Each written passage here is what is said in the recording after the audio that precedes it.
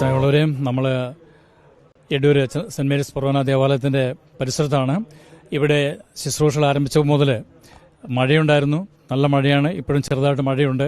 പക്ഷേ ആൾക്കാരൊക്കെ നമുക്കിവിടെ കാണുവാൻ സാധിക്കും. എല്ലാവരും ഒന്നും വിട്ടുപോകാതെ ദേവാലയം നിറഞ്ഞ് കവിഞ്ഞ ആൾക്കാരുണ്ട്. പുറത്ത് കരുതിയിരുന്ന പന്തൽ, മഴ നനയാതിരുന്ന പന്തലും കഴിഞ്ഞ് അതിനും കവിഞ്ഞ് ആൾക്കാർ ഇവിടെ എത്തിക്കൊണ്ടിരിക്കുകയാണ്.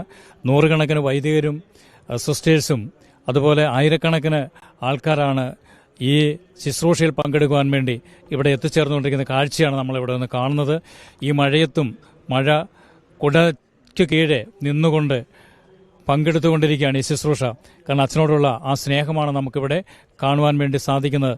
ഇതാ വൈദികരും ഓരോരുത്തരും ഇങ്ങനെ ആ കുടച്ചൂടി നിന്നുകൊണ്ട് യാതൊരു വിധത്തിലുള്ള ബുദ്ധിമുട്ടുകളോ അസ്വസ്ഥതകളോ ഇല്ലാതെ അവർ ഈ തിരുക്കർമ്മത്തിൽ പങ്കെടുത്തുകൊണ്ടിരിക്കുന്നു. തീർച്ചയായിട്ടും ജെൻസച്ചൻ ഇവരുടെയൊക്കെ മനസ്സിൽ എത്രമാത്രം തങ്ങി നിന്നിരുന്നു എന്നുള്ളതിൻ്റെ തെളിവാണ് ഈ പ്രതികൂല കാലാവസ്ഥയിലും സാഹചര്യങ്ങളിലും നമുക്ക് അവരുടെ അടുക്കിലേക്കൊക്കെ നീങ്ങാം.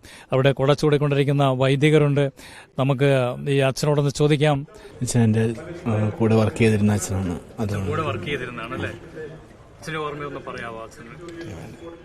അച്ഛൻ കൂടെ വർക്ക് ചെയ്തിരുന്നതാണ്. പലർക്കും അവർക്ക് സംസാരിക്കാൻ പോലും പറ്റുന്നത് അത്രമാത്രം ബന്ധമുള്ള ഒരു വൈദികനായിരുന്നു എന്നുള്ളത് തെളിവാണ്. നോക്കുക, അച്ഛൻ കുറേ സമയമല്ല ഇങ്ങനെ കുടച്ചൂട് നിൽക്കുന്നു. എന്താണ് ഈ പ്രതികൂല സാഹചര്യങ്ങളിൽ പോലും ഇത്രയും പള്ളിക്കകത്തിടയില്ല, പന്തലിൽ കവിഞ്ഞും പുറത്തും നിൽക്കുമ്പോൾ അച്ഛൻ്റെ മനസ്സിൽ എന്താണ് അച്ഛാ ഇങ്ങനെ ഇതിൽ നിൽക്കുന്നതിന്റെ പ്രചോദനം? ഷിൻസച്ചൻ്റെ അടക്കിനെ ഞങ്ങളെല്ലാവരും വന്നപ്പോഴേക്കും ഇവിടെ മുഴുവൻ ജനനിമിട്ടമാണ്. അപ്പോൾ ഞങ്ങൾക്ക് അകത്ത് കയറാൻ പറ്റിയിട്ടില്ല. അതുകൊണ്ട് ഞങ്ങൾ പുറത്തു നിന്ന് വിശുദ്ധ ബലിയിൽ പങ്കെടുത്ത് പ്രാർത്ഥിക്കുകയാണ്. ഞാൻ കണ്ണൂരിൽ നിന്നാണ് വരുന്നത്. ബാക്കി പലരും ഇവിടെ അച്ഛൻ വന്നത് മാണ്ഡ്യയിൽ നിന്നാണ്. അപ്പം ദൂരദേശങ്ങളിൽ നിന്ന് പലരും അച്ഛനുമായിട്ടുള്ള ബന്ധത്തിൽ ഇതൊരു ഉദാഹരണമായ നമുക്ക് എല്ലാവർക്കും താങ്ങാൻ പറ്റാത്തൊരു ആകസ്മികമായ നിര്യാണമാണല്ലോ. അതുകൊണ്ട് ഞങ്ങൾക്കത് വളരെ വേദനാജനകമാണ്. ഈ സമയത്ത് ഞങ്ങളും ഇവിടെ അടുത്താണെങ്കിൽ അച്ഛൻ്റെ അടുത്ത് നിന്ന് പ്രാർത്ഥിക്കാനായിട്ട് പരിശ്രമിക്കുന്നു. ജിൽസച്ചനായിട്ട് നേരത്തെ മുതൽ പരിചയമുണ്ടായിരുന്നു? അച്ഛനായപ്പോൾ മുതൽ വളരെ സ്നേഹം നിറഞ്ഞ അച്ഛൻ, എല്ലാവരോടും നല്ല സൗഹൃദം. ഞങ്ങളുടെ വൈദിക കൂട്ടായ്മയുടെ ഒരു വലിയ നഷ്ടമാണ് ഷിൻസച്ചൻ്റെ വേർപാട്. അതിൽ ഞങ്ങളെല്ലാവരും ദുഃഖിതരാണ്. എങ്കിലും ഷിൻസച്ചനോടൊപ്പം അവസാന നിമിഷങ്ങളിലായിരിക്കാൻ വേണ്ടിയിട്ട് ഇവിടെ ആയിരിക്കുന്നു, പ്രാർത്ഥിക്കുകയും ചെയ്യും. സ്നേഹമുള്ളവരെ, ഹൃദയം നുറങ്ങുന്ന കാഴ്ചകളാണ് നമുക്കിവിടെ ഓരോരുത്തരുടെ അടുക്കൽ ചെല്ലുമ്പോഴും. അവരിങ്ങനെ ഈ കുടയുടെ കീഴിലൊക്കെ നിൽക്കുമ്പം നമുക്ക് അവർ കാണാൻ സാധിക്കുന്നു. അച്ഛൻ കുറേ സമയമായി ഇങ്ങനെ ഈ കുടയുടെ കീഴിൽ വളരെ വികാരഭരിതനായി തന്നെ നിൽക്കുന്നു. എന്താണ് അച്ഛൻ്റെ മനസ്സിലുള്ള ഓർമ്മകൾ? ജിൽസച്ചനെ കുറിച്ച് ഓർക്കുന്നെങ്കിൽ ഒന്ന് പറയാം. ഞാൻ ശരിക്കും തലശ്ശേരിക്കാരൻ അച്ഛനല്ല, എന്നാലും എനിക്ക് അച്ഛനുമായിട്ടുള്ള പരിചയം കഴിഞ്ഞ 1.5 വർഷമായിട്ടുള്ളതാണ്. ആ ഒരു 1.5 വർഷം കൊണ്ട് അച്ഛൻ്റെ ചിരിയും സൗമ്യമായ പെരുമാറ്റവും എപ്പോഴും ഫോണിൽ കൂടെയുള്ള ബന്ധങ്ങളും അതൊരിക്കലും മറക്കാൻ പറ്റിയില്ല. പെട്ടെന്നുള്ള അച്ഛൻ്റെ ഈ മരണം അത് ഹൃദയത്തിൽ കൃത്യമായിട്ടും പതിച്ചിട്ടുണ്ട്. അത് പ്രാർത്ഥനയോടെ അച്ഛൻ്റെ ആത്മാവിനെ സ്വർഗ്ഗത്തിലോട്ട് സമർപ്പിക്കുന്നു.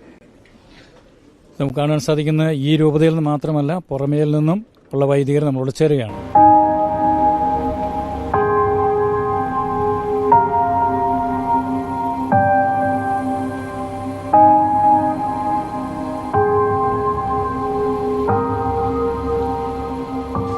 ഈ ദേവാലയമുറ്റം നിറച്ച് ദേവാലയത്തിനകം നിറഞ്ഞു കവിഞ്ഞ് ഒരുക്കിയിരിക്കുന്ന പന്തലും കഴിഞ്ഞ് ജനങ്ങളിങ്ങനെ ഈ പള്ളിമുറ്റത്ത് ഇത്രയും സമയം വരെ കോരിച്ചൊരിയുന്ന മഴയുണ്ടായിരുന്നു. ആ മഴ പോലും വകവയ്ക്കാതെ ജനങ്ങൾ നിന്ന് വിതുമ്പുന്ന മനസ്സോടെ നിൽക്കുന്ന കാഴ്ചയാണ് നമുക്കിവിടെയൊക്കെ കാണുവാൻ സാധിച്ചിരുന്നത്. അത്രമാത്രം ജനങ്ങൾ, ഇത്രമാത്രം ആൾക്കാർ ഈ പ്രതികൂല സാഹചര്യങ്ങളിലും ഈ നമ്മുടെ സ്നേഹനിധിയായ ആ സഹോദരന്റെ വേർപാടിൽ ദുഃഖിതരായി ആ അന്ത്യചുംബനം അർപ്പിക്കുവാനും അന്ത്യോപചാരം അർപ്പിക്കുവാനും വേണ്ടിയുള്ള അക്ഷമരായി കാത്തു നിൽക്കുന്ന ജനാവലിയാണ് ഈ പള്ളിമുറ്റം നിറഞ്ഞ് നമുക്ക് കാണുവാൻ സാധിക്കുന്നത്. തീർച്ചയായിട്ടും ജിൻസച്ചൻ ഇവരുടെയൊക്കെ ഹൃദയങ്ങളിൽ എത്രമാത്രം സ്ഥാനം പിടിച്ചിരുന്നു എന്നുള്ളതാണ് നമുക്കിതിൽ നിന്ന് കാണുവാൻ വേണ്ടി സാധിക്കുന്നത്. അപ്പോൾ തീർച്ചയായിട്ടും അച്ഛൻ വിശുദ്ധ ബലി കഴിഞ്ഞു, അടുത്ത വിലാപയാത്രയിലേക്കുള്ള ആ ഒരുക്കത്തിന് വേണ്ടി കാത്തിരിക്കുകയാണ്. നമുക്കും ആ വിലാപയാത്രയിൽ ഒരുമിച്ച് ചേരാം, അച്ഛനോട് പ്രാർത്ഥിക്കാം, അച്ഛനു വേണ്ടിയും പ്രാർത്ഥിക്കാം. ദൈവം നമ്മളെ അനുഗ്രഹിക്കട്ടെ.